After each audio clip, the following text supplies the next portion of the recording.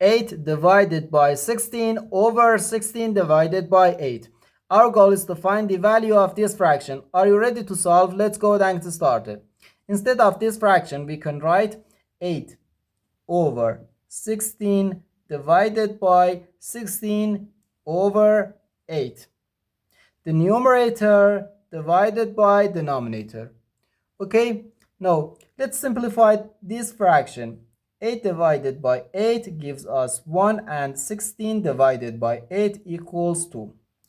So here we have 16 divided by 8 which equals 2.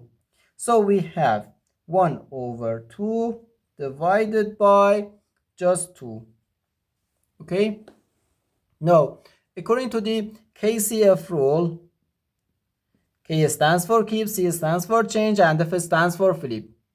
We can write keep the first fraction, change division to multiplication, and flip the second fraction. So 1 over 2 times 1 over 2, which equals 1 over 2 times 2, which gives us 4. And this is our final answer to this problem. The answer is 1 over 4.